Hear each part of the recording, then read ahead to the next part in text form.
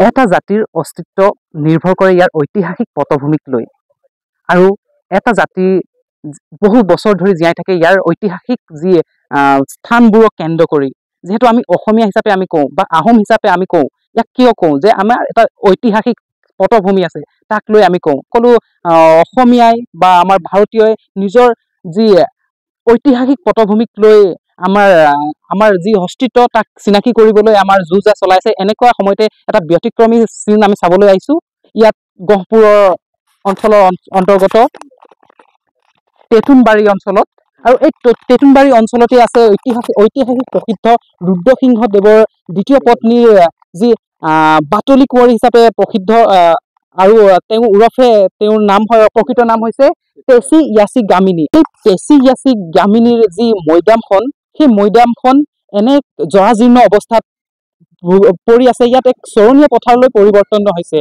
যে ইয়াত গৰু ছাগলীবোৰ এৰাল দিয়াহে দেখা পোৱা গৈছে। কিন্তু যি সময়ত আমি দেখা পাওঁ যে মৈদামসমূহক ৱৰ্ল্ড হেৰিটেজ চাইট হিচাপে ইউনেস্কোৱে ঘোষণা কৰিছে তেনে ক্ষেত্ৰত এনে মৈদাম যি ঐতিহাসিক সংৰক্ষিত কৰাৰ বাবে যি ব্যৱস্থা ল'ব লাগিছিল সেইটো কৰিবলৈ তেওঁলোক বিফল হৈছে।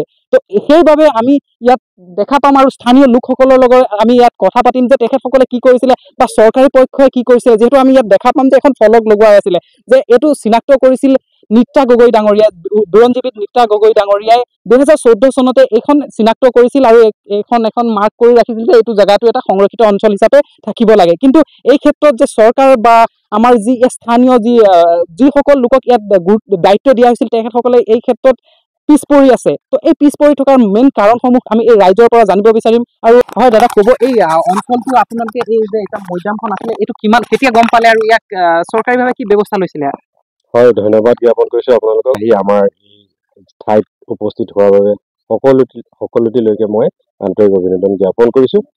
হয়, বিশেষকৈ ক'বলৈ গ'লে আমাৰ এই পিছপৰা অঞ্চলত বিশেষকৈ আমাৰ বুৰঞ্জীবিদ ডক্টৰ নিদানন্দ গগৈ ছাৰে পমখেদি আহি তেখেতে আমাৰ গাঁৱত বহু বয়সীয়াল ব্যক্তিৰ লগত আলোচনা কৰি এনেধৰণে বিচাৰ কৰি তেওঁ য়াচি গামিনী নামৰ এগৰাকী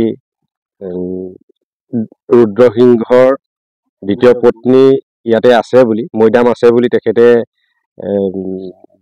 উলিয়াই পেলাই আমাৰ স্থানীয় ৰাইজক জনালে আৰু ইয়াতে বহুখিনি মূল্যৱান বস্তু আছে বুলি তেখেতে ক'লে আৰু সেইমতে স্থানীয় ৰাইজে এই ঠাইডোখৰ সংৰক্ষিত কৰিবৰ কাৰণে চেষ্টা কৰিলে। এই সংৰক্ষিত কৰিছে যদিও বহু পিছ পৰি আছে।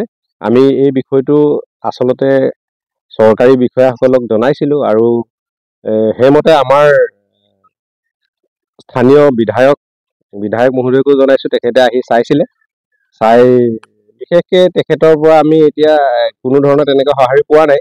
তেখেতে সহায় কৰিম বুলি কৈছে আৰু আমাৰ স্থানীয় ৰাইজে যেনেধৰণে পাৰিছে তেনেধৰণে অলপকৈ আমি ঠাইডোখৰ সংৰক্ষণ কৰি ৰাখিছোঁ। আৰু আচলতে দুখৰ বিষয় 600 বছৰ ৰাজত্ব কৰা এটা জাতিৰ এগৰাকী মহিয়সী নাৰী ধৰক যিগৰাকী ৰাণী, তেখেতৰ মৈদামভাগ এনেধৰণে থাকিবলগীয়া হৈছে। ইয়াৰ কাৰণ আচলতে আমাৰ তাতো বিশেষ দুখ নথকা নহয়, আমি আগবাঢ়ি যাব পৰা নাই, যোগাযোগ কৰিব পৰা নাই। যদি আপোনালোক আহি এনেধৰণে আমাৰ এই অনুষ্ঠান ভাগত প্ৰচাৰ কৰিম বুলি যেনেধৰণে আহিছে তেনেধৰণে যদি একাদিক্ৰমে আমাক সহায় কৰে এই অনুষ্ঠান ভাগ আগবাঢ়ি যাব আৰু অসমৰ এই জাতিটোৰ উন্নতি সাধন হ'ব। আৰু আমি আচলতে স্থানীয় হিচাপে আমি ভাল পাইছোঁ আৰু আগবাঢ়ি যোৱাটো কামনা কৰোঁ। চৰকাৰৰ পৰা কিবা সুবিধা পালে উন্নতি হ'ব আৰু জাতিটোৰ গৌৰৱ। তাকে ক'লো মই। হয়, আপোনাৰ নাম? মোৰ নাম শিৰোমণি সন্দিকৈ।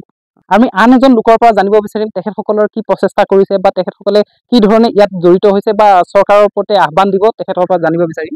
ধন্যবাদ।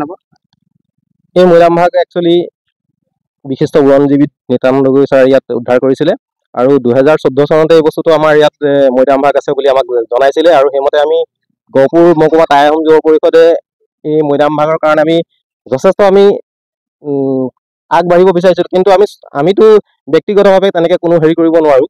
গতিকে তথাপিও আমি এইবাৰ টাই আহোম যুৱ পৰিষদে আমি লাচিত দিৱসৰ দিনাখনে ইয়াত আমি খুঁটা এভাগ পোতাৰ ব্যৱস্থা কৰিছোঁ। ৰেন আৰু মৈদামটোৰ কাৰণে আমি অকণ টাই সংযোগ পৰিষদে ব্যক্তিগতভাৱে চবেই 10 টকা 5 টকাকৈ অৰিহণা আগবঢ়াই পেলাই আমি ইয়াত মৈদাম আৰু ৰেন ভাগৰ কাৰণে আমি আগবাঢ়িব বিচাৰিছোঁ। যাতে ৰাইজৰ সহায় সহযোগিতা একান্তভাৱে কামনা কৰিছোঁ। আৰু চৰকাৰে আমাক এইটোৰ ওপৰত আমাক অকণো গুৰুত্ব দিয়া নাই, কাৰণ ইয়াত এটা মৈদাম ইমান দিনতে 2014 চনতে ইয়াত ইষ্টাব্লিছ হৈছিলে, তথাপিও আজিলৈকে চৰকাৰে এই বস্তুটোৰ ওপৰত একো চকু দিয়া নাই। গতিকে আশা ৰাখিছোঁ আহি থকা দিনত যাতে চৰকাৰে আমাক অকণমান চকু মেলি চায়। ধন্যবাদ। হয়, এইদৰেই যে যি চৰকাৰৰ দায়িত্বহীনতাৰ ফলত ঐতিহাসিক প্ৰসিদ্ধ এটা অঞ্চল বা ঐতিহাসিক প্ৰসিদ্ধ এটা স্থান এইদৰে জৰাজীৰ্ণ অৱস্থাত আছে। আৰু এই সম্বন্ধে আৰু দুজন ব্যক্তিৰ লগত আমি কথা পাতিম। হয়, জনাব। মই এইটো জনাব বিচাৰিছোঁ যে এইটো মৈদামটো আপুনি গম পায় নাই, দুটা ষ্টেট, এতিয়াতো ষ্টেট হৈ গৈছে, আগতে ষ্টেট নাছিলে, অৰুণাচল আসাম। এটা ভাল এটা ৰিলেশ্যন হ'ব পাৰে যদি বস্তুটো আমি ভালকৈ ৰাখোঁ, আৰু আমি যদি অৰুণাচলৰ মানুহবিলাকৰ লগত যদি যোগাযোগ কৰি পেলাই এটা ভাল এটা বস্তু মানে হেৰিটেজ এটা বনাব পাৰোঁ, তাকি মানে সিহঁতৰ মানুহ ইয়াত আহি আৰু আমিও তাত গৈ পেলাই এটা মানে কি কয় কালচাৰ এটা মানে হেৰিটেজ বনাব পাৰোঁ। আৰু মই এইটো ক'ব বিচাৰিছোঁ কি 2014 এইটো মানে ওলাইছিলে বস্তুটো ন, ডক্টৰ এন গগৈ ছাৰে। তাৰপৰা এতিয়া 11 বছৰ হৈ গ'ল। এটলিষ্ট 11 বছৰ কিবা এটা হ'ব লাগিছিলে। সেইটো কাৰণে মানে চবেই মানে দুখিত ক'লে ভাল, চৰকাৰৰ ফালৰ পৰা আমিও অলপ লাগিব পৰা নাই। এতিয়া আমি লাগিছোঁ লাহে লাহে। এটা মিটিং হৈ গৈছে, আগতে ছেকেণ্ড মিটিং আমাৰ আছে 20 ফেব্ৰুৱাৰীত, 20 ছেপ্টেম্বৰত আমি এইটো পাব্লিক মিটিং ৰাখিছোঁ, তাকে চবেই বস্তুটো চাই কেনেকুৱা জেগাত আছে। আৰু বহুত মানুহ গমেই নাপায়, ওচৰৰ মানুহো বহুত গম নাপায়। ইভেন আপুনি যদি গহপুৰ দুবিয়া মানুহ সেইবিলাক গমেই নাপায়। মই ভাবোঁ কি এইটো চেনেলৰ জৰিয়ে যদি প্ৰচাৰ হয় বস্তুটো ন, এইটো জেগাত আপোনাৰ তেতেনবাৰী গৰৈমাৰীত আপোনাৰ মৈদামটো আছে, তেতি আছে গামিনী মৈদামটো আছে। ছেকেণ্ড কথা আৰু দুটা পুখুৰী আছে, তেতেন পুখুৰী আছে। এইবোৰ বস্তু বহুত মানুহে গম নাপায়। আপোনাৰ চেনেল জৰিয়ে মই এইটো বিচাৰিছোঁ কি এই বস্তুটো মানে আগত যায় আৰু আগত যায়। ইভেন চিফ মিনিষ্টাৰ যদি আমাৰ ডক্টৰ হিমন্ত বিশ্ব শৰ্মা ছাৰে যদি চাই বস্তুটো আৰু যদি কিবা আমাক হেল্প কৰিব পাৰে, সেইটো আমাৰ কাৰণে বহুত ভাল হ'ব। ঠিক আছে, ধন্যবাদ। আৰু জনাব। হয়, আমি পোনপ্ৰথমে চৰকাৰক এটাই দাবী আছে, আমি টাই সংযোগ কৰিব যাতে আজি এই যুদ্ধসিংহৰ দ্বিতীয় পত্নীৰ যি টেচি আছে গামিনী, এই মৈদাম ক্ষেত্ৰত যাতে চৰকাৰে অকণ চকু মেলি চাওক, তাৰ বাবে আমি চৰকাৰক দাবী জনাইছোঁ। হয়, এইদৰে 10 বছৰ অতিক্ৰম কৰিলে এই যি ঐতিহাসিক প্ৰসিদ্ধ এই অঞ্চলটো, যিহেতু ৰুদ্ৰসিংহ ডাঙৰীয়া বহুত প্ৰসিদ্ধ আছিলে, তেওঁ আহোমসকলৰ আটাইতকৈ বুদ্ধিমত্তা আৰু শক্তি সমৃদ্ধ এজন ৰজা হিচাপে আমি জানো। তো এই ক্ষেত্ৰত ৰুদ্ৰসিংহ ডাঙৰীয়াৰ এই পত্নী, যিটো সেই সময়ত আছিলে আমাৰ যি দফলা ৰাজ্য আছিলে, দফলা ৰাজ্যৰ লগত সম্পৰ্ক স্থাপন কৰিবৰ কাৰণে যি এটা বৈবাহিক সম্পৰ্কত আবদ্ধ হৈছিলে টেচি ইয়াচিক গামিনীৰ সৈতে ৰুদ্ৰসিংহ ডাঙৰীয়াই, সেই সম্পৰ্কটো কিছু ক্ষেত্ৰত এইদৰেই ইতিহাসৰ পাঠৰ পৰা বিলুপ্ত হোৱাৰ যেন পৰিলক্ষিত হৈছে। তো এই ক্ষেত্ৰত যে চৰকাৰে ব্যৱস্থা লয়, সেই এই স্থানীয় লোকসকলে অনুৰোধ কৰিছে, আৰু পৰৱৰ্তী সময়ত যে চৰকাৰে এই ক্ষেত্ৰত গুৰুত্বপূৰ্ণ ব্যৱস্থা লয়